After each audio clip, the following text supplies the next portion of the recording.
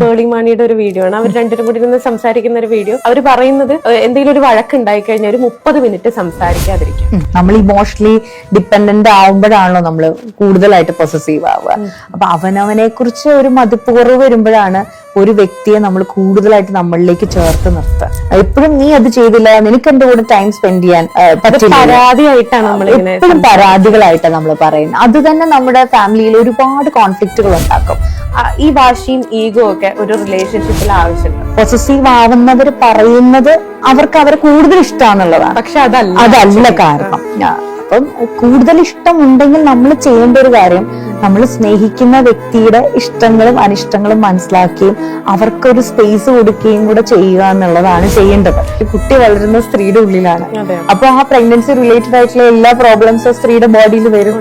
അപ്പൊ ഇത് വരുമ്പം ഇപ്പൊ പുരുഷൻ അത് കണ്ടറിഞ്ഞ് ഇങ്ങനെ ഹെൽപ്പ് ചെയ്യണം എന്ന് പറഞ്ഞാലും അവരുടെ ബോഡിയിൽ മാറ്റമൊന്നും ഇല്ലല്ലോ. അപ്പൊ ഒരു തലത്തിൽ പോപ്പിൻസിന്റെ പുതിയൊരു എപ്പിസോഡിലേക്ക് സ്വാഗതം. ഇന്ന് നമ്മോടൊപ്പം ഉള്ളത് ഡോക്ടർ നിജ ബെന്നിയാണ്. ഡോക്ടർ നമസ്കാരം. നമസ്കാരം. പ്രത്യേകിച്ച് എടുത്ത് പരിചയപ്പെടുത്തേണ്ട ആവശ്യമില്ല. പോപ്പിൻസിൽ ഇടക്കിടക്ക് നമ്മളെ കാണാറുള്ളതാണ്. ഒരുപാട് പേര് ഇങ്ങനെ എന്റെ അടുത്ത് പേഴ്സണലി ചോദിക്കാറുണ്ട്, എന്താ പറയാ, ഇന്ന കാര്യം ചോദിക്കോ, ഇന്ന കാര്യം ചോദിക്കോ ഇനി അടുത്ത ഡോക്ടർ വരുമ്പോ എന്നൊക്കെ പറഞ്ഞു. അതൊക്കെ ഇങ്ങനെ ഇടക്കിടക്കൊക്കെ ഞാൻ അത് പലരുടെ ആയിട്ട് കഥയായിട്ട് ഞാൻ ഇങ്ങനെ സംസാരിക്കാറുണ്ട്.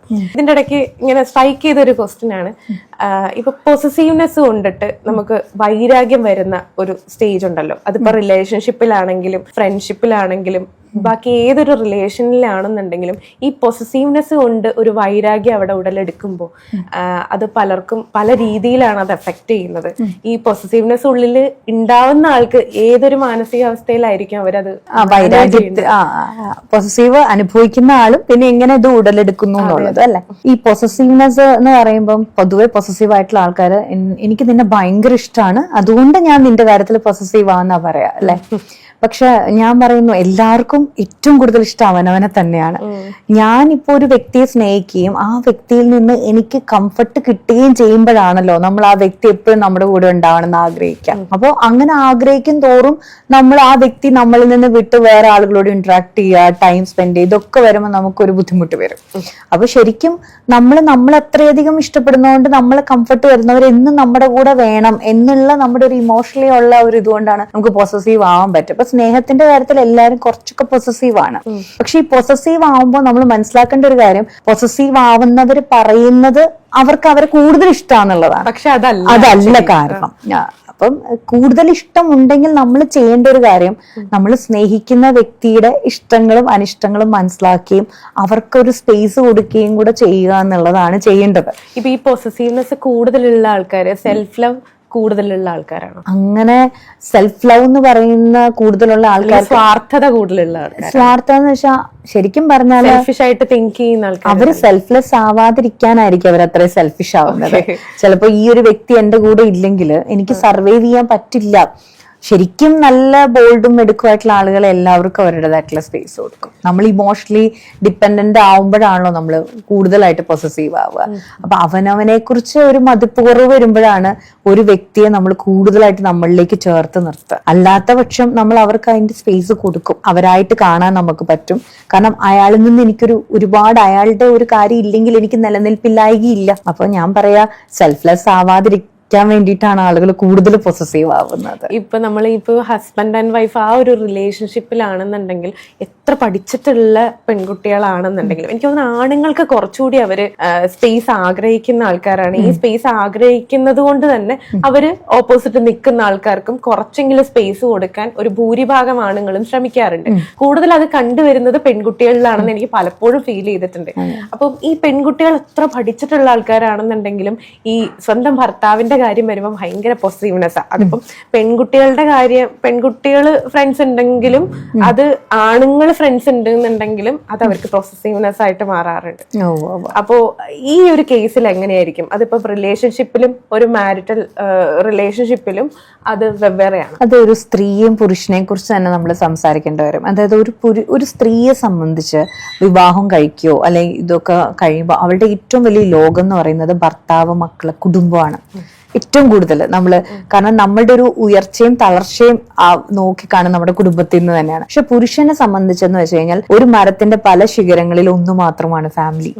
അതങ്ങനെയാണ് ആ മൈൻഡ് സെറ്റ്. അല്ലെങ്കിൽ ഭയങ്കരമായിട്ട് കുടുംബത്തിലേക്ക് നോക്കിക്കൊണ്ടിരിക്കുന്ന ആണുങ്ങളും അവരും പൊസസീവ് ആവും. വൈഫ് ആരോടും മിണ്ടുന്ന ഇഷ്ടമല്ല, സമയത്തിന് വന്നം എന്ന് അവരും വാശി പിടിക്കുന്ന ആൾക്കാരുണ്ട്. അപ്പം ബേസിക്കലി നോക്കിക്കഴിഞ്ഞാൽ സ്ത്രീകളെ സംബന്ധിച്ച് ഒരു സ്ത്രീ എന്ന് വെച്ചാൽ അമ്മയാവുന്നു, കുഞ്ഞുങ്ങളെ നർച്ചർ ചെയ്യുന്നു. അപ്പൊ ഏറ്റവും കൂടുതൽ ടൈം, അതായത് നമ്മുടെ എനർജി എല്ലാം കൂടുതൽ സ്പെൻഡ് ചെയ്യേണ്ട ഒരു ഫാമിലിയിലാണ്. അങ്ങനെ വരുമ്പം അവർക്ക് ആ കൂടെയുള്ള എല്ലാവരും ഇതിന് അതേ പ്രയോറിറ്റി തരണമെന്നും ഭയങ്കര ഒരു വാശി ഉണ്ടാവും. വാശി നമ്മുടെ ഒരു നീഡും ആയിരിക്കും അത്. അപ്പൊ ഇങ്ങനെ വരുമ്പോഴത്തേക്ക് അവര് നിങ്ങൾ എന്താ ഇപ്പൊ പോയാൽ ശരിയാവത്തില്ല, എനിക്ക് വരണം. അപ്പൊ അവര് പറയും നിനക്കും പോകാൻ പാടില്ലേ, നിനക്ക് നിന്റെ ഫ്രണ്ട്സിനോട് പോയി എനിക്ക് പ്രശ്നമില്ല എന്ന് പറയും. പക്ഷെ അവര് നോക്കുമ്പോൾ അവരുടെ കൂടുതൽ ടൈം എനർജി എല്ലാം ഇവർ ഇതിന് സ്പെൻഡ് ചെയ്യുന്നു. കുറച്ചും കൂടെ കൺസിഡറേഷൻ കിട്ടണം എന്ന് ഇവർ ആഗ്രഹിക്കുന്നു. ശരിക്കും നമ്മുടെ മൈൻഡ് സെറ്റിൽ തന്നെ ആ ഒരു വ്യത്യാസമുണ്ട്. ആ ലോകം എടുക്കുന്ന കാര്യത്തിൽ തന്നെ ഒരു സ്ത്രീക്ക് ലോകം കുടുംബമാണെങ്കിൽ പുരുഷന് ഞാൻ പറഞ്ഞ ആ ഒരു ഡിഫറൻസ് ഉണ്ട് അതിൻ്റെ അകത്ത്. അതുകൊണ്ട് തന്നെയാണ് സ്ത്രീകൾ ഭയങ്കര ഇമോഷണലി ഡിപ്പെൻഡന്റ് ആവുന്നത്. പക്ഷെ ഒരു ടിപ്പിക്കൽ പീരീഡ് കഴിയുമ്പോൾ ചിലപ്പോൾ സ്ത്രീകൾക്ക്, ഇപ്പൊ കുട്ടികളൊക്കെ വളർന്ന് വലുതായി കഴിയുമ്പോൾ കൂടുതലും നമുക്ക് കാണാൻ പറ്റും അവരും ഇൻഡിപെൻഡന്റ് ആവാൻ തുടങ്ങുന്നത് നമുക്ക് കാണാൻ പറ്റും. ഇമോഷണൽ ഇന്റിമസി കുറവുള്ള കുടുംബങ്ങളിൽ അവരും സ്വന്തം കാര്യങ്ങൾ ചെയ്യാൻ തുടങ്ങും. ഇനിഷ്യൽ പീരീഡിൽ അവരിങ്ങനെ പൊസസീവായിട്ട് ഇങ്ങനെ ബെഗ് ചെയ്ത് പുറകെ നടക്കും. ഒരു ടൈം പീരീഡ് കഴിയുമ്പോൾ ചിലപ്പോൾ അവർ ഇൻഡിപെൻഡന്റ് ആവാൻ തുടങ്ങും. അപ്പോൾ ഇത് ഇങ്ങനെ സ്വിച്ച് ചെയ്യുന്ന നമുക്ക് കാണാനായിട്ട് സാധിക്കും. അപ്പം ഇതിന്റെ പ്രധാനപ്പെട്ട കാരണം എന്ന് പറഞ്ഞാൽ തന്നെ നമ്മുടെ എനർജിയും ടൈമും എല്ലാം നമ്മൾ അതിന് കൊടുക്കുമ്പോൾ നമ്മുടെ ഒരു നീഡാണ് നമുക്ക് അതിനുള്ള ഒരു വാല്യൂ ടൈമും തിരിച്ചും കിട്ടണം. അത് കിട്ടാതിരിക്കുമ്പോഴാണ് ഭയങ്കരമായിട്ട് ഈ പൊസസീവ്നെസ് വരിക. ഇത് ഈ പെൺകുട്ടികൾക്കും ആൺകുട്ടികൾക്കും അത് ആൾക്കാരെ ഡിപ്പെൻഡ് ചെയ്തിരിക്കോ, അവരുടെ ക്യാരക്ടർ ഡിപ്പെൻഡ് ചെയ്തിരിക്കോ, അതോ പെണ്ണുങ്ങളും ആണുങ്ങളും ഒരേ സ്വഭാവക്കാരാണോ? അല്ലെങ്കിൽ അങ്ങനെ പറയേണ്ട കാലഘട്ടം കഴിഞ്ഞുപോയി. പണ്ടത്തെ കാലത്താണെങ്കിൽ ഒരു ടിപ്പിക്കൽ സിസ്റ്റം ഉണ്ടായിരുന്നു. ഒരു കുടുംബം എന്ന് പറഞ്ഞാൽ അതിനൊരു സിസ്റ്റം ഉണ്ടായിരുന്നു.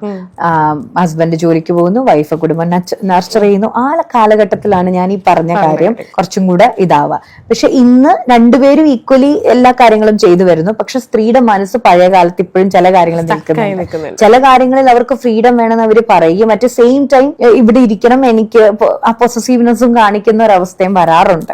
അപ്പോ ഇത് ഞാൻ പറഞ്ഞതെന്ന് വെച്ചാൽ ഇന്നത്തെ കാലത്ത് ആ ഒരു പ്രസക്തിയില്ല. ആണ് പെണ്ണ് അങ്ങനെ തിരിക്കേണ്ട കാലഘട്ടം, അല്ലെ പെണ്ണ് ബലഹീനത, ആ ഒരു കാലഘട്ടത്തിൽ നിന്നൊക്കെ ഒരുപാട് നമ്മള് ഹയർ ആയി. ഇപ്പം എല്ലാവർക്കും വേണ്ടത് നല്ല ലൈഫ്, ബെറ്റർ ആയിട്ട് ജീവിക്കാൻ പറ്റുക, ആവശ്യത്തിന് മണി, സുഖം, ഇതെല്ലാം എല്ലാവരുടെയും നീഡാണ്. അപ്പൊ ആ നീഡിലാണ് ഇപ്പൊ സ്ത്രീകളും ജീവിക്കാനായിട്ട് ആഗ്രഹിക്കുന്നത്, ശ്രമിക്കുന്നത്. പക്ഷെ ഇപ്പൊ ഞാൻ പറയുന്ന ഒരു പ്രഗ്നൻസി തന്നെ നോക്കാം, രണ്ടുപേരും ഒരുപോലെ പാരന്റ്സ് ആവുകയാണെങ്കിൽ കുട്ടി വളരുന്ന സ്ത്രീയുടെ ഉള്ളിലാണ്. അപ്പൊ ആ പ്രഗ്നൻസി റിലേറ്റഡ് ആയിട്ടുള്ള എല്ലാ പ്രോബ്ലംസും സ്ത്രീയുടെ ബോഡിയിൽ വരും. അപ്പൊ ഇത് വരുമ്പം ഇപ്പൊ പുരുഷൻ അത് കണ്ടറിഞ്ഞ് ഇങ്ങനെ ഹെൽപ്പ് ചെയ്യണം എന്ന് പറഞ്ഞാലും അവരുടെ ബോഡിയിൽ മാറ്റമൊന്നും ഇല്ലല്ലോ. അപ്പൊ ഒരു തലത്തിൽ അവർക്ക് സാരിയില്ല റെസ്റ്റ് എടുത്തോ എന്നൊക്കെ പറഞ്ഞിട്ട് ചിലപ്പോൾ അവരങ്ങ് പോയിന്ന് വരും. പക്ഷെ അത് ചിലപ്പം ഇവർക്ക് അത് അത്ര രീതിയിൽ ഉൾക്കൊള്ളാൻ പറ്റില്ല. കാരണം നമ്മള് ഇപ്പം ഡെലിവറി ആൾക്കാരുടെ അത്രയും ആ ഒരു ഇത് കിട്ടിയെന്ന് വരില്ല. അപ്പൊ അങ്ങനെ സമയത്ത് സ്ത്രീകൾ ഭയങ്കരമായിട്ട് എന്നെ മനസ്സിലാക്കുന്നില്ല, എന്നെ കരുതുന്നില്ല എന്നൊക്കെ പറയും. പക്ഷെ ബേസിക് ആയിട്ടുള്ള ഒരു കാര്യം, നമ്മൾ അനുഭവിക്കുന്ന ഒരു വേദന അതേ ഇന്റൻസിറ്റിയിൽ മറ്റൊരാൾക്ക് മനസ്സിലാവില്ല. അപ്പൊ നമ്മൾ ഒന്നിച്ചല്ല അച്ഛനും അമ്മയും ആവുന്നു പറഞ്ഞാൽ പോലും ഒരു പ്രസവ വേദന സ്ത്രീ അനുഭവിക്കുന്നത് പോലെ ഒരിക്കലും കണ്ടു നിൽക്കുന്ന ആൾക്കാർക്ക് അത്രയും തോന്നണമെന്നില്ല. അപ്പൊ അത് തോന്നിയേ പറ്റുള്ളൂ എന്ന് നമ്മൾ നിർബന്ധം പിടിച്ചിട്ട് കാര്യമില്ല. കാരണം തോന്നില്ല എന്നുള്ളത് ഒരു യാഥാർത്ഥ്യമാണ്. അപ്പൊ നമ്മൾ എന്താ ചെയ്യേണ്ടതെന്ന് വെച്ച് കഴിഞ്ഞാൽ നമ്മൾ ഏത് സ്റ്റേറ്റിലൂടെയാണ് കടന്നു പോകുന്നതെന്ന് അവനവനൊരു അവയർനെസ് ഉണ്ടാവുക, അവനവനെ ടേക്ക് കെയർ ചെയ്യാനും കൂടെ തുടങ്ങുക. അപ്പം ഒരുപാട് പിന്നെ നമ്മുടെ നീഡ് ഉണ്ടെങ്കിൽ ഓപ്പൺ ആയിട്ട് ബ്ലെയിമിങ് കൂടാതെ പറയുക. എപ്പോഴും നീ അത് ചെയ്തില്ല, നിനക്ക് എന്റെ കൂടെ ടൈം സ്പെൻഡ് ചെയ്യാൻ പറ്റില്ല, എപ്പോഴും പരാതികളായിട്ടാണ് നമ്മൾ പറയുന്നത്. അത് തന്നെ നമ്മുടെ ഫാമിലിയിൽ ഒരുപാട് കോൺഫ്ലിക്റ്റുകൾ ഉണ്ടാക്കും. പരാതിക്ക് പകരം എനിക്ക് നിന്നെ മിസ് ചെയ്യുവാണ്, നമുക്കൊന്ന് കുറച്ച് ടൈം സ്പെൻഡ് ചെയ്താലോ എന്ന് ചോദിക്കുമ്പോൾ അതിന്റെ അകത്ത് വ്യത്യാസമില്ല. നേരെ മറിച്ച് നിനക്ക് എന്റെ കൂടെ ഒന്നും ഇരിക്കാൻ നേരമില്ല, നിനക്ക് എന്റെ ഫ്രണ്ട്സിന്റെ കൂടെ പോവാൻ സമയമുണ്ട്, ഞാൻ വരുമ്പോൾ മാത്രം നിനക്ക് സമയമില്ല. ഇതാണ് സ്ത്രീകളുടെ എന്നല്ല പുരുഷന്മാരും ചെയ്യുന്നുണ്ട്. ഞാൻ ജെൻഡർ വൈസ് പറയുമല്ല, എന്നാലും പൊതുവെ ഒത്തിരി പൊസസീവ് ആയിട്ടുള്ള സ്ത്രീകളുടെ കാര്യം അങ്ങനെ പറയും തോറും ഇവര് പറയും എത്ര ഇരുന്നാൽ ഈ പരാതി കേൾക്കാൻ എനിക്ക് താല്പര്യമില്ല. എല്ലാവർക്കും ആഗ്രഹം നല്ല എനർജി ഉള്ളവരുടെ കൂടെ ഇരിക്കാനല്ലേ. നമുക്കാണെങ്കിലും നമ്മളെ കുറ്റപ്പെടുത്തുകയും താത്തി പറയുകയും പറയുന്ന ആളുടെ കൂടെ ഇരിക്കാൻ തോന്നും. നമ്മളെ കുറിച്ച് നല്ലത് പറയുന്ന ആൾക്കാരുടെ കൂടെയല്ലേ നമ്മൾ ഇരിക്കുള്ളൂ. യഥാർത്ഥത്തിൽ നമ്മുടെ കൂടെ പാർട്ണർ കൂടുതൽ വേണമെന്നുണ്ടെങ്കിൽ നമ്മളുടെ കമ്മ്യൂണിക്കേഷനിൽ തന്നെ ബ്ലെയിമിംഗ് എന്നുള്ളൊരു കണ്ടന്റ് ഒഴിവാക്കി വേണം പറയാൻ. ഞാൻ പറയും നാവിൽ തേൻ പുരട്ടി സംസാരിക്കണം. എല്ലാവരുടെയും വിചാരം ഹൃദയത്തിൽ മതി സ്നേഹം. നാവില് ഇപ്പൊ കുറച്ചായാലും കുഴപ്പമില്ലെന്ന് ആൾക്കാർ പറയാം. ഇപ്പൊ കുട്ടിയോട് സ്നേഹമുണ്ട് ഒരു അമ്മയ്ക്ക് ഭയങ്കരമായിട്ട്, നിന്നെ കൊണ്ട് ഞാൻ മടുത്തു എന്നായിരിക്കും നാവിൽ നിന്ന് പറയണേ. ആ മടുപ്പെന്ന് പറയാൻ തന്നെ കാരണം ഉള്ളിൽ ഈ കൊച്ചൊന്നും ശരിയാവുന്നില്ലെന്നോ എന്ന പെയിനാണ്. പക്ഷെ അമ്മയ്ക്ക് എന്ത് ഇഷ്ടാന്നറിയോ മോനെ എന്ന് പറഞ്ഞ് സംസാരിക്കുന്ന ഒരു അമ്മയോട് കുട്ടിക്ക് വരുന്ന സ്നേഹം വ്യത്യാസമല്ലേ. അപ്പൊ ഞാൻ പറയുന്നു, ചങ്കിലാണ് ഏറ്റവും കൂടുതൽ തേൻ പുരട്ടി നെഗറ്റീവ് ആയിട്ടുള്ള കാര്യം പോലും അത്രയും സ്വീറ്റ് ആയിട്ട് പറഞ്ഞാൽ ആളുകൾക്ക് എഫക്ട് ചെയ്യുന്ന ഡിഫറെന്റ് ആയിട്ടായിരിക്കും. ഇപ്പോ ഞാൻ ഇതിന്റെ ഇടയിൽ ഒരു വീഡിയോ ഇങ്ങനെ കണ്ടിട്ടുണ്ടായിരുന്നു. പേളി മാണിയുടെ ഒരു വീഡിയോ ആണ്. അവർ രണ്ടുപേരും കൂടി ഇരുന്ന് സംസാരിക്കുന്ന ഒരു വീഡിയോ. അവർ പറയുന്നത് എന്തെങ്കിലും ഒരു വഴക്കുണ്ടായി കഴിഞ്ഞാൽ ഒരു 30 മിനിറ്റ് സംസാരിക്കാതിരിക്കാം. ഈ 30 മിനിറ്റിലാണ് നമ്മുടെ വായിലുള്ള കാര്യങ്ങൾ, അത് മനസ്സിലുള്ള കാര്യങ്ങളൊക്കെ വായിൽ കൂടെ പുറത്തേക്ക് വരുന്നത്. അത് ഭയങ്കര പ്രശ്നമായിട്ടുള്ള കാര്യങ്ങളാണ്. അപ്പൊ ഒരു 30 മിനിറ്റ് കഴിഞ്ഞ് കഴിയുമ്പോഴേക്കും നമ്മുടെ മൈൻഡ് ഒക്കെ സെറ്റ് ആവും. ആ സെറ്റ് ആയി കഴിഞ്ഞിട്ട് നമ്മൾ പറയുമ്പോൾ കുറച്ചുകൂടി ആ വാക്കുകൾക്ക് കാഠിന്യം കുറഞ്ഞു വരും. ഇത് എത്രത്തോളം വർക്കാവും നമ്മുടെ ഒരു ഫാമിലി ലൈഫിലൊക്കെ? അത് ഫാമിലി തെറാപ്പി ആയിട്ട് തന്നെയുള്ള ഒരു കാര്യമാണ് ഈ പറഞ്ഞത്. അതായത് അങ്ങനെ ഒരു തെറാപ്പി തന്നെയുണ്ട്, സ്ട്രാറ്റജിക് ഫാമിലി തെറാപ്പി എന്ന് പറയുന്നത്. ആ തെറാപ്പി നമ്മൾ ചെയ്യുമ്പോൾ കുറെ പുതിയ പുതിയ സ്ട്രാറ്റജീസ് നമ്മൾ കൊടുക്കും. ഓരോ കുടുംബത്തെ പഠിച്ച് അവർക്ക് പുതിയ സ്ട്രാറ്റജീസ് കൊടുക്കും. അതായത് ഞാനിപ്പം ഓരോ കേസുകൾ ക്ലയൻസിന്റെ അടുത്ത് പറയുന്ന ഒരു കാര്യം എന്ന് വെച്ച് കഴിഞ്ഞാൽ, ഓക്കെ ഭയങ്കരമായിട്ട് ഫൈറ്റ് ചെയ്യുന്ന ദമ്പതികളാണെങ്കിൽ നിങ്ങൾക്ക് ഒരു ഫൈറ്റിംഗ് ടൈം ഞാൻ സെറ്റ് ചെയ്ത് തരാം. നൈറ്റ് ഇപ്പം രണ്ടുപേരും വരുന്ന ഒരു സമയം, അത്യാവശ്യം ജോലി കഴിഞ്ഞിട്ട് അപ്പൊ നിങ്ങൾക്ക് പരാതി പറയാനായിട്ടുള്ള ഒരു ടൈം 8 to 9 ആണ് എന്നൊരു മണിക്കൂർ സെറ്റ് ചെയ്ത്. അപ്പൊ അതിന് മുമ്പ് എപ്പൊ പരാതി പറയാൻ തോന്നിയാലും പറയരുത്. അതൊരു റൂളായിട്ട് വെച്ചു കൊടുക്കുന്ന ആൾ. ആദ്യത്തെ കുറെ നാൾ നമ്മളതൊരു റൂളായിട്ട് വെച്ചു കൊടുക്കും. പക്ഷെ ഗ്രാജുവലി അവർ അങ്ങനെ ആവും. ഓക്കെ 2 പറയണം, ഓക്കെ ഇപ്പൊ ക്ലോക്കിൽ സമയമായിട്ടില്ല, ഓക്കെ അതിലേക്ക് നമ്മൾ ബ്രെയിനിനെ കണക്ട് ചെയ്ത് ചിന്തിപ്പിക്കുവാണ്. പക്ഷെ അങ്ങനെ ഒരു ടൈം സോൺ വെച്ചു കൊടുക്കുന്ന കേസസ് ഉണ്ട്. പക്ഷെ അത് ഭയങ്കര സക്സസ് ആണ്. ഈ ടൈം പീരീഡിൽ അത് ഫോളോ ചെയ്തിട്ട് വരുമ്പോൾ അവരുടെ വഴക്കിന്റെ ഇന്റൻസിറ്റി കുറയും ഭയങ്കരമായിട്ട്. അപ്പോൾ അത് വളരെ നല്ലൊരു കാര്യമാണ്. ശരിയാണ്, നമ്മൾ അപ്പൊ ദേഷ്യം വരുമ്പോ അപ്പൊ തന്നെ പറയുമ്പോൾ നമ്മുടെ ഇമോഷനെ സംസാരിക്കുന്നത്, നമ്മൾ റിയൽ ആയിട്ടുള്ള കാര്യമല്ല സംസാരിക്കുന്നത്. നമ്മൾ പറയുന്ന വാക്കുകളും ഒക്കെ ഇത് ഇപ്പൊ ഞാൻ ഈ പറഞ്ഞ പോലെ നാവിൽ തേൻ പുരട്ടണം എന്ന് പറഞ്ഞ ആ ഒരു കാര്യമുണ്ടല്ലോ, അത് വളരെ ഇമ്പോർട്ടന്റ് ആണ്. അത് ദാമ്പത്യ ജീവിതത്തിൽ വളരെ പ്രധാനപ്പെട്ട നമ്മൾ എങ്ങനെയാണ് നമ്മുടെ പാർട്ണറെ അടുത്ത് സംസാരിക്കുക എന്നുള്ളത്. നമ്മൾ ഭയങ്കര ഡോമിനന്റ് ആയിട്ടും ദേഷ്യത്തോടെയും കുറ്റപ്പെടുത്തി സംസാരിച്ച ആ റിലേഷൻഷിപ്പിനെ അത് ബാധിക്കും. അതിന് പകരം അപ്രിസിയേഷൻ, അത് രണ്ടുപേർക്കും, ഭർത്താവ് ഭാര്യയ്ക്കും ഭാര്യ ഭർത്താവിനും അല്ലെങ്കിൽ വിലമതിക്കുന്നുണ്ടെന്നുള്ളൊരു തോന്നൽ പങ്കാളിക്ക് കിട്ടണം. അതായത് നമ്മളിപ്പോ ഒരു അപ്രിഷിയേറ്റ് ചെയ്ത് സംസാരിക്കുകയാണെങ്കിൽ തിരിച്ചതുപോലെ കിട്ടിയില്ല എന്നുണ്ടെങ്കിൽ നമുക്ക് പിന്നെ കാണിക്കാൻ തോന്നില്ലല്ലോ എന്ന് പറയുന്നിടത്താണ് പിന്നെ നമ്മൾ ഈ വാശി, ഈഗോ അങ്ങനെയുള്ള കുറെ കാര്യങ്ങള് അവിടെയാണ് വരുന്നത്. അപ്പോ ഇത് ഈ വാശിയും ഈഗോ ഒക്കെ വെച്ചിരിക്കുന്ന കുറെ ആൾക്കാരുണ്ട്. അപ്പം വേണ്ട, ഞാൻ ഇനി ഒന്നിനുമില്ല, അവരെന്താന്ന് വെച്ചാൽ കാണിക്കട്ടെ, പറയാം എന്നുള്ള രീതിയിൽ ലൈനിൽ തിങ്ക് ചെയ്യുന്ന ആൾക്കാരോടാണ് ഈ വാശിയും ഈഗോ ഒക്കെ ഒരു റിലേഷൻഷിപ്പിൽ ആവശ്യമുണ്ട്. വാശി ഈഗോയും നമ്മള് ആവശ്യകത ഇല്ലെന്ന് പറഞ്ഞാൽ അത് ഓട്ടോമാറ്റിക്കലി വരുന്ന ഒരു കാര്യമാണ്. പക്ഷെ ഇതിന്റെ അകത്ത് എന്താണെന്നറിയോ, നമ്മൾ ഒരാളെ ഭയങ്കരമായിട്ട് കരുതുന്നു, മറ്റാള് നമ്മളെ തീരെ കരുതുന്നില്ല എന്ന്. ഈ കരുതുന്ന ആളുടെ ഒരു ചിന്ത, അയാൾ ബലഹീന ആയ വ്യക്തി ആയതുകൊണ്ടാണ് ഈ കരുതാൻ പറ്റുന്നതെന്ന്. മറ്റേ ആൾക്ക് അങ്ങനെയല്ല, അയാൾക്ക് ഇച്ചിരി പവർ കൂടുതലാണ് നമ്മുടെ ചിന്ത. ആ ചിന്തയിലാണ് ഞാൻ പറയുന്നത്. ഈ ഫോർഗീവ്നെസ് ആയിക്കോട്ടെ, ഒരാളോട് നന്നായിട്ട് പെരുമാറാൻ ഉള്ള കാര്യങ്ങളായിക്കോട്ടെ, ഇതെല്ലാം ഒരു കഴിവ് കൂടുതലാണെന്ന് മനസ്സിലാക്കുക. ഇപ്പൊ ഒരാളിപ്പോ പങ്കാളിയെ കുറ്റപ്പെടുത്താതെ സംസാരിക്കാൻ കഴിയുന്ന ഒരു സ്കില്ല് നമ്മുടെ കയ്യിലുണ്ടെങ്കിൽ അതൊരു മാരീഡ് റിലേഷൻഷിപ്പിന് വേണ്ടി ഏറ്റവും നല്ല ക്വാളിറ്റിയാണ്. ആ ക്വാളിറ്റി ഉള്ള വ്യക്തിയാണ് ഞാനെന്ന് ഒരു വ്യക്തി അവനവന് ഡെഫിനേഷൻ കൊടുക്കണം. നേരെ മറിച്ച് അവനവന് കൊടുക്കുവാണ്, കണ്ടോ ഞാൻ ഇത്രയൊക്കെ ചെയ്തിട്ടും അയാൾക്ക് തന്നെ ഒരു വിലയില്ല, അപ്പം ഞാൻ എന്താ വെറും ഒരു കഴിവില്ലാത്ത ആള് എന്ന് നമുക്ക് ഡെഫിനിഷൻ കൊടുക്കുമ്പോഴാണ് കുറച്ച് കഴിയുമ്പോൾ അത് വഴക്കും ഈഗോയും ഒക്കെ ആയി മാറുന്നത്. അപ്പം നമുക്കൊരു നല്ല ക്യാരക്ടറോ അല്ലെങ്കിൽ നല്ല രീതികളോ ഉണ്ടെങ്കിൽ അത് നമ്മുടെ കഴിവായിട്ട് തന്നെ കാണണം എന്ന് ഞാൻ പറയും. അതായത് ഇപ്പൊ ഒരു നന്നായി സംസാരിക്കുക എന്ന് പറഞ്ഞാൽ ഏറ്റവും വലിയ ക്വാളിറ്റിയാ. അത് ചിലപ്പോ ഒരാൾക്ക് ഇല്ലെങ്കിൽ നമ്മളുടെ കൂടെ ജീവിച്ച് അയാളിലേക്ക് അത് എത്തും. പക്ഷെ അത്രയും നാൾ ആ എനർജിയിൽ നിൽക്കുക എന്ന് പറയുന്ന ഒരു കാര്യമുണ്ടല്ലോ, അത് എനർജി നമുക്ക് നിൽക്കാൻ പറ്റണം. അങ്ങനെ എനർജി നിൽക്കണമെങ്കിൽ ഇതെന്റെ കഴിവാണെന്ന് തന്നെ ഞാൻ ചിന്തിക്കണം. അപ്പൊ നമുക്കൊരു ഓരോ പൊസിഷൻ കിട്ടുമ്പോഴും നമ്മുടെ കഴിവ് കൊണ്ടാന്ന് ചിന്തിക്കുന്നോണ്ടല്ലേ ആ പൊസിഷന്റെ ഭാരം മുഴുവൻ നമുക്ക് എടുക്കാൻ പറ്റുക. അല്ലേ അയ്യോ എന്നെ വെറുതെ അവർ കൊണ്ടുവന്ന് പെടുത്തിന്ന് ചിന്തിച്ചാൽ നമുക്ക് പറ്റില്ലല്ലോ. അപ്പൊ ഈ സെയിം കാര്യം തന്നെയാണ് മാരീഡ് റിലേഷൻഷിപ്പിൽ ഇങ്ങനെ വരുമ്പോൾ ചെയ്യേണ്ടത്. ഈ പലപ്പോഴും ആൾക്കാർ പറഞ്ഞു കേൾക്കാറുണ്ട്, എൻ്റെ ഒരു ഫ്രണ്ട് ഇങ്ങനെ പറയാറുണ്ട്, എനിക്ക് അവർക്ക് എന്തെങ്കിലും സംഭവിച്ചു കഴിഞ്ഞാൽ അല്ലെങ്കിൽ എന്തെങ്കിലും ഒരു വിഷമം ഉണ്ടെങ്കിൽ എനിക്ക് ആശ്വസിപ്പിക്കാൻ അറിയില്ല. അതായത് ആശ്വസിപ്പിക്കാൻ അറിയില്ല, ലൈക്ക് അങ്ങനെ പറയുന്നത് അത് അവരുടെ ക്യാരക്ടർ ആയിരിക്കാം. മേ ബി എന്ത് പറയണം അവിടെ, അത് എന്ത് പറഞ്ഞാലാണ് അവര് ക്യൂർ ആവുക എന്നുള്ളത് അറിയില്ലാത്തത്, അത് ക്യാരക്ടറിന്റെ ആയിരിക്കാം. പക്ഷെ അത് ആ ഒരു ക്യാരക്ടർ അങ്ങനെ തന്നെ ഇരുന്നോട്ടെ എന്ന് വിചാരിച്ച് നമുക്ക് മുന്നോട്ട് പോകാൻ പറ്റും? ഇല്ല. മേ ബി അയാൾ അത് പറയുന്നത് ഒന്ന് അയാൾക്ക് അറിവുണ്ടാവില്ല. ഇപ്പൊ ഞാൻ പറയട്ടെ, നന്നായിട്ട് സ്വിം ചെയ്യാൻ അറിയുന്നവരും ഉണ്ട്, നീന്തൽ അറിയാത്തവരും ഉണ്ട്. ഒരാൾക്ക് ഒരാളെ നന്നായി ആശ്വസിപ്പിക്കാൻ കഴിവുണ്ട്, മറ്റേയാൾക്ക് കഴിവില്ല എന്ന് പറഞ്ഞാൽ കഴിവില്ലായ്മ തന്നെയാണത്. പക്ഷെ അയാൾക്ക് ഇംപ്രൂവ് ചെയ്യണമെന്നുണ്ടെങ്കിൽ ഇംപ്രൂവ് ചെയ്യാം. പക്ഷെ ഇറ്റ്സ് ടേക്ക് സം ടൈം എന്നുള്ള ബോധം നമുക്കുണ്ടാവണം. ഇപ്പൊ ഞാൻ നിങ്ങളെ സമാധാനിപ്പിക്കുന്നില്ലേ, അതുപോലെ നിങ്ങൾ എന്നെ എന്തുകൊണ്ട് സമാധാനിപ്പിക്കാൻ സാധിക്കുന്നില്ല എന്ന് ചിന്തിക്കുന്നത് നമ്മളുടെ ഒരു ചിന്ത. നമുക്ക് കംഫർട്ട് ആയിട്ടുള്ള എല്ലാ കാര്യവും മറ്റുള്ളവർക്കും കംഫർട്ടാണ്. അല്ലെ, ഇപ്പൊ നമുക്കൊരു ഫാൻ ഇടുവാണ്, ഈ തണുപ്പ് എനിക്ക് ഓക്കെ, അപ്പൊ നിങ്ങൾക്ക് ഓക്കെ ആവണല്ലോ. അല്ലെ, എനിക്ക് ഈ തണുപ്പ് പറ്റണല്ലോ എന്ന് പറഞ്ഞാൽ ഇത് എവിടുന്ന് വന്നു, ഈ തണുപ്പിന് ഇപ്പൊ എന്താ കുഴപ്പം? അല്ലെങ്കിൽ ഇപ്പൊ ഒരു ചായക്ക് മധുരം കൂടിപ്പോയെന്ന് പറഞ്ഞാൽ ഈ മധുരത്തിന് ഇപ്പൊ എന്താ കുഴപ്പം എന്ന് ചോദിക്കുന്ന ആൾക്കാരുണ്ട്. ചിലർക്ക് അത് പറ്റാത്ത ആൾക്കാരുണ്ട്. ചില ആൾക്കാർക്ക് ഒരു ഗസ്റ്റ് വരുമ്പോ പേടിയുള്ള സ്ത്രീകളുണ്ട്, അയ്യോ എന്ത് ചെയ്യും. ചില ആൾക്കാർ ഭയങ്കര ഓർഗനൈസ്ഡ് ആയിട്ട് ഭംഗിയായിട്ട് അത് ചെയ്യുന്ന ആൾക്കാരുണ്ട്. അപ്പം ഓർഗനൈസ്ഡ് ആയിട്ട് ചെയ്യുന്ന ആൾക്കാർ പറയും ഇതെന്താ ഇവർക്ക് കഴിവില്ലാത്തതുകൊണ്ടായിരിക്കും ഇവരിങ്ങനെ ചെയ്യാൻ പറ്റാത്തതെന്ന്. പക്ഷെ അത് കഴിവില്ല, പക്ഷെ അവര് ഡെവലപ്പ് ചെയ്യണമെന്ന് വിചാരിച്ചാലാണ് ചിലർക്ക് ചിലത് പറ്റുള്ളൂ. പക്ഷെ ഡെവലപ്പ് ചെയ്യണമെന്ന് ചിന്തിക്കണം. അപ്പൊ അത് ഓക്കെ ആയിട്ട് പോയാൽ മതി എന്ന് നമ്മൾ അങ്ങ് കരുതുവാണോ നല്ലതെന്ന് ചോദിച്ചു കഴിഞ്ഞാൽ ഒരു പീരീഡ് വരെ നമ്മൾ അവരോട് അത് എങ്ങനെ ഇമ്പ്രൂവ് ചെയ്യാന്നുള്ളത് നല്ല രീതിയിൽ പറഞ്ഞു കൊടുക്കുകയും അവരെ അതിന് സപ്പോർട്ടായിട്ടില്ല. ഇപ്പൊ അവര് നമ്മളൊക്കെ എന്തെങ്കിലും സപ്പോർട്ട് തന്നാൽ നിങ്ങൾ അന്ന് തന്ന സപ്പോർട്ട് എനിക്ക് ഒത്തിരി സഹായമായെന്ന് പറയുകയൊക്കെ ചെയ്യുമ്പോൾ ആ മാനറിസംസ് അവർക്ക് റിപ്പീറ്റ് ചെയ്യാൻ തോന്നും. നേരെ മറിച്ച് നിങ്ങളെന്താ എനിക്ക് തന്നിട്ടുള്ളത് എന്നുള്ളൊരു ആറ്റിറ്റ്യൂഡ് ആണെങ്കിൽ ആ മാനറിസംസ് വീണ്ടും കുറയാൻ തന്നെ തുടങ്ങും.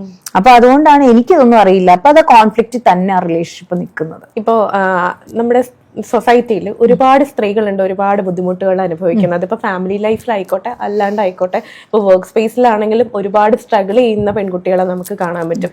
ഇതല്ലാതെ സോഷ്യൽ മീഡിയയിൽ ഒരുപാട് എന്താ പറയാ ക്രിറ്റിസിസം നേരിടുന്ന കുറെ കുട്ടികളുണ്ടാവും, പെൺകുട്ടികൾ. ഞാൻ പെൺകുട്ടികളിൽ നിന്ന് തന്നെ എടുത്തു പറയാനായിട്ടുള്ള ഒരു കാരണം എന്ന് വെച്ചാൽ ഏറ്റവും കൂടുതൽ ആ ഒരു കാര്യത്തില് ഒരു ജെൻഡർ ഈക്വാലിറ്റി ഇപ്പോഴും വന്നിട്ടില്ല എന്ന് തന്നെ പറയാൻ പറ്റുള്ളൂ. ഇങ്ങനെ ഒരുപാട് പഴിവാക്കുകൾ കേൾക്കേണ്ടി വരുന്ന പെൺകുട്ടികളുടെ മാനസികാവസ്ഥ അവരുടെ മുന്നോട്ടുള്ള ലൈഫിനെയും ഒരുപാട് ബാധിക്കുമെന്ന് നമുക്ക് നിസ്സംശയം പറയാൻ പറ്റും.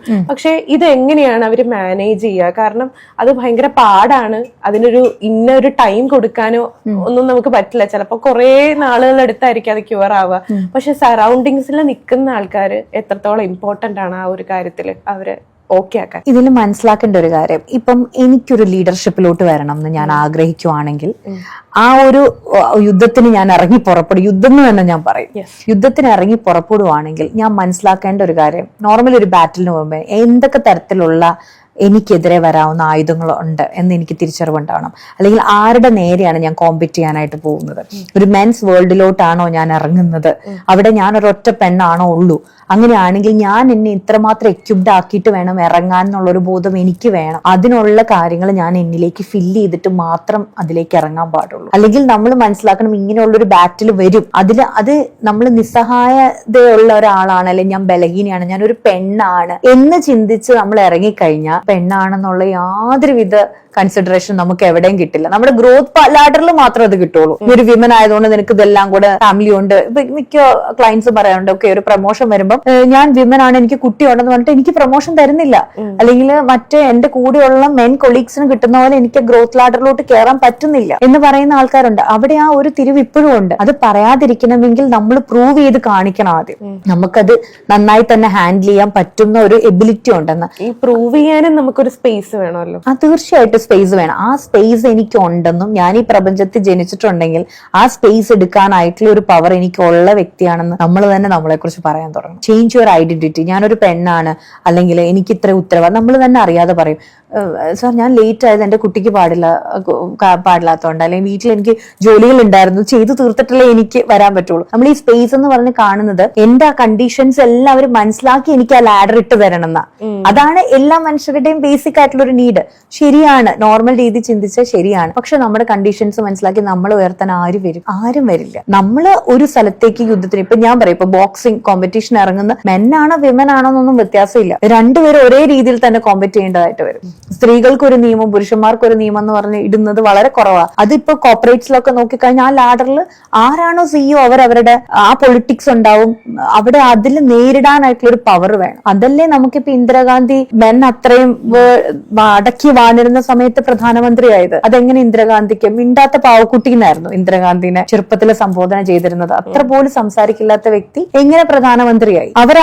അവരിലേക്ക് ആവശ്യമുള്ള സാധനങ്ങളൊക്കെ എടുത്തിട്ടുണ്ടാവണം അല്ലെ? അതുകൊണ്ട് മാത്രമാണ് അവിടെ നിലനിൽക്കാൻ പറ്റുന്നത്. അങ്ങനെ നിലനിൽക്കണം എന്ന് വന്ന ആളുകൾക്ക് നിലനിൽക്കാൻ പറ്റിയിട്ടില്ലേ? ഞാൻ പറയുന്നു ഇനി ഒരു 10 വർഷം കഴിഞ്ഞു കഴിഞ്ഞാല് ഒട്ടുമിക്ക ലീഡർഷിപ്പ് ഇതിലും വരുന്നത് വിമൻ ആയിരിക്കും. കാരണം അതിനായിട്ടുള്ള എല്ലാ സാഹചര്യങ്ങളും ഇപ്പൊ കാണുന്നുണ്ട്. പക്ഷെ ഒരു ഒള്ളി തിങ്, നമ്മളൊരു ബലഹീനരാണ്, ഞാനൊരു പെണ്ണാണ്, എനിക്ക് ഇന്ന അവകാശം വേണം എന്ന് നമ്മൾ പറയുന്ന, നമ്മൾ തന്നെ നമ്മളെ അങ്ങനെ തരംതിരിക്കുന്നുണ്ട്.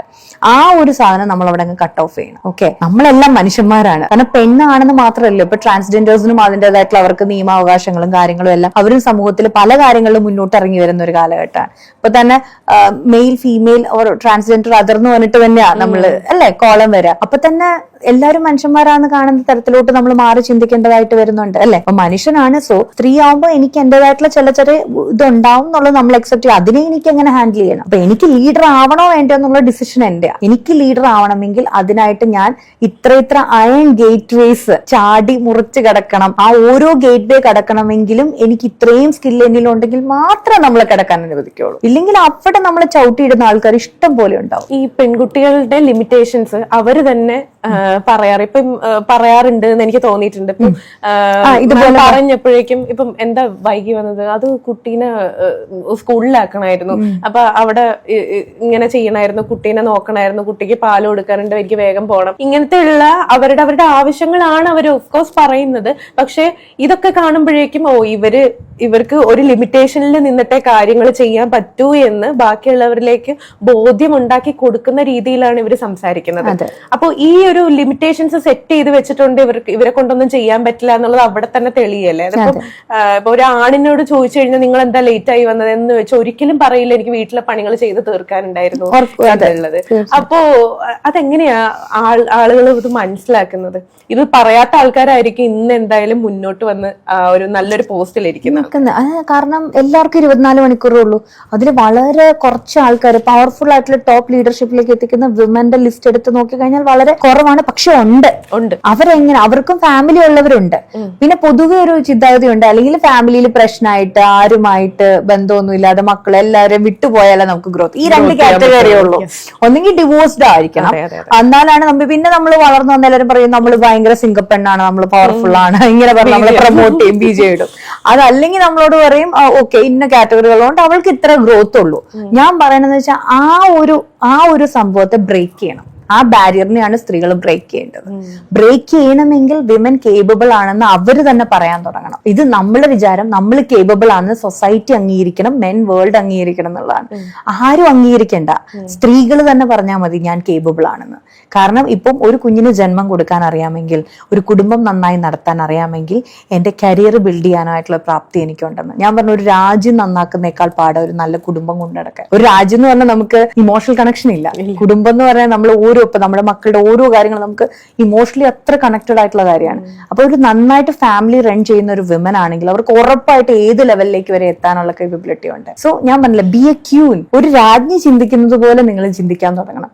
അതല്ലാതെ ഒരു അടിമ ചിന്തിക്കുന്നത് പോലെ ചിന്തിക്കുവാണെങ്കിൽ നിങ്ങൾക്ക് അടിമയായിട്ട് മാത്രം നിൽക്കാൻ പറ്റുള്ളൂ. ഓരോ സ്ത്രീകളും ഓരോ ദേവതയാണ്, ഗോഡസ് ആണെന്നാണ് ഞാൻ പറയാം. ആ ഗോഡസ് എനർജി നിങ്ങൾക്കുണ്ട് എന്ന് നിങ്ങൾ ചിന്തിക്കണം. അപ്പൊ ഞാനൊരു ദേവി അല്ലെങ്കിൽ എന്നിലൊരു ഗോഡസ് എനർജിയാണ് ഞാനുണ്ടെങ്കിൽ ഞാൻ സംസാരിക്കുന്ന ആ ലെവലിലായിരിക്കും. ഇപ്പൊ ഞാനൊരു വിമനാണ്, ഞാനിങ്ങനെ വന്നു കേട്ടോ, ഞാൻ രാവിലെ ഇതെല്ലാം കഴിഞ്ഞിട്ടാട്ടോ വന്നേ എന്നാ ഞാനിപ്പോ നമ്മൾ രണ്ടുപേരും സംസാരിക്കുമ്പോൾ ആദ്യം അതാ പറയുന്നെങ്കിൽ ശരിയാ, ഞങ്ങൾ ജനറലൈസ് ചെയ്യും, ശരിയാ എനിക്കും ഇത്രയും കഷ്ടപ്പെട്ടിട്ടാ ഞാൻ ഇത് ചെയ്യുന്നതെന്ന്. അല്ലെങ്കിൽ പറയും ഓക്കെ എനിക്ക് സപ്പോർട്ടിങ് എൻവയോൺമെന്റുകൾ ഒത്തിരി ഉണ്ടെന്ന് പറയും. ഈ 2 കാര്യങ്ങൾ പറയും. പക്ഷെ ഈ സപ്പോർട്ടിങ് എൻവയോൺമെന്റ് നമ്മൾ ക്രിയേറ്റ് ചെയ്തെടുക്കണം. ഇപ്പൊ ഞാൻ പറയുന്നത് ഒരു 15 രൂപ, അതായത് 15,000 സാലറി മേടിക്കുന്ന ഒരു വിമൻ ആണ് നിങ്ങളെങ്കിലും 10,000 സാലറി കൊടുത്തൊരു മെയ്ഡിനെ വെക്കണമെങ്കിൽ വെക്കണം. അതായത് ഇപ്പൊ 10,000, ഇപ്പൊ 15, അപ്പൊ 5 രൂപയെ നമുക്ക് ബാക്കി കയ്യിൽ കിട്ടുള്ളൂ. 5 രൂപ മതി. ആദ്യം 5 രൂപയായിരിക്കും, പിന്നെ അത് 20ലേക്കും 30ലേക്കും 50കളിലേക്കും എത്തിക്കാൻ നിങ്ങൾക്ക് പറ്റും. മറ്റേന്ന് വെച്ചാൽ നമുക്ക് എന്താ ചെയ്യാൻ പറ്റുക വെച്ചാൽ നമ്മൾ തന്നെ എല്ലാ കാര്യങ്ങളിലും ഓടുക എന്നുള്ളതാണ്. ഡെലിഗേഷൻ എന്നുള്ളൊരു സ്കില്ല് നമ്മുടെ കയ്യിലില്ല. പക്ഷെ ഡെലിഗേറ്റ് ചെയ്യാൻ പറ്റും. നമ്മുടെ വീട്ടിലെ കാര്യങ്ങൾ പല കാര്യങ്ങൾക്ക് ഡെലിഗേറ്റ് എന്നാലും ഉത്തരവാദിത്വം ഉണ്ടാവും. അതാ പറഞ്ഞേ, വീട്ടിലെ രാജ്ഞിയായി മാറുക. അടുക്കളക്കാരി എന്നുള്ള ആ ഒരു ലേബിള് മാറ്റിയിട്ട് വൈഫ് ആയിക്കോട്ടെ, അവരും ആ വീട്ടില് നല്ല വിലയുള്ള ഒരു വ്യക്തിയായിട്ട് അവരവര് തന്നെ കാണാൻ തുടങ്ങുക. അങ്ങനെ ഹാൻഡിൽ ചെയ്ത് എത്രയോ നല്ല മിടുക്കികളായ സ്ത്രീകളുണ്ട് അല്ലെ, പവർഫുൾ ആയിട്ട് ആ വൈഫിന്റെ റോളിൽ ഇരിക്കുന്ന ആൾക്കാരില്ലേ. അപ്പൊ നമ്മളാ നമുക്ക് വാല്യൂ ഇടുന്നത്. ഇപ്പൊ സൊസൈറ്റി എന്ന് പറയുന്നത്, കാരണം മെൻ ഓൾറെഡി അടക്കി വാണിരുന്ന വേൾഡിലോട്ടാണ്. ഇപ്പൊ ഞാൻ ചോദിച്ചു, ഇപ്പൊ ഇലക്ഷൻ നടക്കുകയാണ്. ഇപ്പം ഇലക്ഷൻ നടക്കുമ്പോൾ ഞാൻ ഇപ്പൊ ശ്രദ്ധിച്ചിട്ടൊരു കാര്യം എന്ന് വെച്ചാൽ, പണ്ട് കൂടുതലും മെന്നായിരിക്കും മത്സരിക്കാൻ നിൽക്കുക. ഇപ്പൊ ഒരു മെന്നിന്റെ കൂടെ 2 സ്ത്രീകളുടെ പടം ഇല്ലേ, ശ്രദ്ധിച്ചിട്ടില്ലേ? അത്രയും ഡിഫറൻസ് വന്നു. അപ്പൊ അതാ ഞാൻ പറഞ്ഞൊരു 10 വർഷം കഴിഞ്ഞാൽ, ഞാൻ പറഞ്ഞത് നോക്കിക്കഴിഞ്ഞാൽ വിമൻ തന്നെയായിരിക്കാം മുൻപന്തിയിലേക്ക് വരിക. പക്ഷെ വരുമ്പോ ഞാൻ പറയുന്നത് വെച്ചാൽ കുറെ കാര്യങ്ങൾ നമ്മൾ കോംപ്രമൈസ് ചെയ്തിട്ട് ഇപ്പൊ മുന്നോട്ട് ഇറങ്ങുന്നത്. കാരണം മേ ബി ഫാമിലി ലൈഫിലും ഇതിലുമൊക്കെ അതിലും കോംപ്രമൈസ് ചെയ്യാതെ മുന്നോട്ട് ഇറങ്ങണമെങ്കിൽ ഇനി എഫേർട്ട് ഇടണം. അത് നമ്മുടെ ഒരു പ്രാപ്തിയാണെന്ന് നമ്മൾ മനസ്സിലാക്കണം. അല്ലെങ്കിൽ കുടുംബം എന്റെ ഒരു ബാഗേജ് ആണല്ല മനസ്സിലാക്കേണ്ടതെന്ന്. അത് നമുക്കൊരു ഒരു പ്രാപ്തിയാണ് ഹാൻഡിൽ ചെയ്യുന്നതെന്ന് കണ്ടാലാണ് എനിക്ക് വർക്ക് ചെയ്യാൻ പറ്റുള്ളൂ. ഇല്ലെങ്കിൽ പറ്റില്ല. ആ ഒരു റോളുകളെല്ലാം ഹാൻഡിൽ ചെയ്യാനുള്ള എബിലിറ്റി എനിക്കുണ്ട് എന്ന് വിചാരിച്ച് എനിക്ക് വേണ്ട റെസ്റ്റും കാര്യങ്ങളും ഞാൻ എടുക്കണം. ഇത് കറക്റ്റ് ആയിട്ട് മാനേജ് ചെയ്ത് കൊണ്ടുപോകാനായിട്ട് പല ആൾക്കാർക്കും ഭയങ്കര ബുദ്ധിമുട്ടായിരിക്കും. അതായത് അവര് വിചാരിക്കുന്നത് ഇപ്പൊ ഇങ്ങനെയൊക്കെ തുറന്നു പറയുന്നതിലൂടെ ആ ഒരു കൺസിഡറേഷൻ എനിക്ക് തന്നുകൊണ്ട് നിങ്ങൾ എനിക്ക് ആ ഒരു അഡ്വാൻറ്റേജ് എനിക്ക് തരണം എന്നാണ് പലപ്പോഴും നമ്മൾ വിളിച്ചു പറയാം ഇതിൽ കൂടെ. അപ്പം ഈ ഒരു അഡ്വാൻറ്റേജസ് എടുക്കുമ്പോൾ നമ്മൾ നമ്മളുടെ ലിമിറ്റേഷൻസ് പറഞ്ഞ, അല്ലെങ്കിൽ നമുക്ക് ഇങ്ങനെയൊക്കെ കുറച്ച് കാര്യങ്ങളുണ്ട്, നിങ്ങൾ എനിക്ക് അത് അനുവദിച്ച് തരണം എന്ന് ബെഗ് ചെയ്യല്ലേ നമ്മൾ ഇൻഡയറക്റ്റ്. അവിടെ തന്നെ നമ്മളൊരു ക്യൂനല്ല എന്നാ ഞാൻ പറഞ്ഞത്. അത് തന്നെ കറക്റ്റ് ആണ് പറഞ്ഞത്. നമ്മള് അവിടെ ക്യൂനല്ല, നമ്മൾ ബെഗ് ചെയ്യുന്ന ആൾക്കാർക്ക് എപ്പോഴും ആ വിലയല്ലേ. ഇത് ബെഗ് ചെയ്ത് നമുക്ക് ആ പൊസിഷൻ വേണോ ചെയ്യണം, നമ്മളെ അവരെ പൊസിഷനിൽ കാണുകയും ചെയ്യണം നമ്മൾ പറയാം. അപ്പൊ അത് പക്ഷെ ഇപ്പൊ നോക്കിക്കഴിഞ്ഞാൽ ഇപ്പൊ മാരീഡ് ആവുന്ന ആൾക്കാർ ഒട്ടുമിക്ക വീടുകളിലും ഇപ്പൊ അതർ കൺട്രീസിലൊക്കെ വൈഫും ഹസ്ബൻഡും തന്നെ കുക്ക് ചെയ്യുന്നതൊക്കെ ഒന്നിച്ച് അവരെല്ലാ കാര്യങ്ങളും ചെയ്യുന്നത്. അത്ര ഇംപ്രൂവ്ഡ് ആയിട്ടുണ്ട് എല്ലാവരും.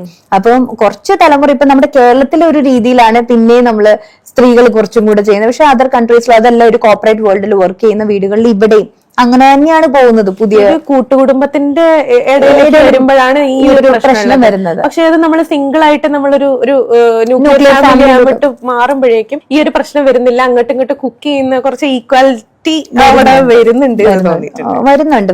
അപ്പൊ കൂട്ടുകുടുംബത്തിലാണെങ്കിൽ പോലും ഇപ്പൊ നമ്മളിപ്പം അതിനൊരു സിസ്റ്റം അവിടെ ബിൽഡ് ചെയ്യാൻ നമുക്ക് എന്ത് ചെയ്യാൻ പറ്റുമെന്നാണ്. ഇപ്പൊ നമ്മളവിടെ റീപ്ലേസ് ചെയ്യുക, അല്ലെങ്കിൽ ഇപ്പൊ നമുക്കിപ്പോ രാവിലെ ജോലിക്ക് പോകണം, അപ്പൊ വീട്ടിലുള്ളവരെല്ലാം നമുക്കായിട്ടെല്ലാം ചെയ്തു തരണം നമ്മൾ ചിന്തിക്കുന്നേക്കാൾ നമുക്ക് അവിടെ ഒരു മെയ്ഡിനെ വെച്ച് കൊടുക്കാൻ പറ്റുമെങ്കിൽ കൊടുക്കണം എന്നാ ഞാൻ പറയാം.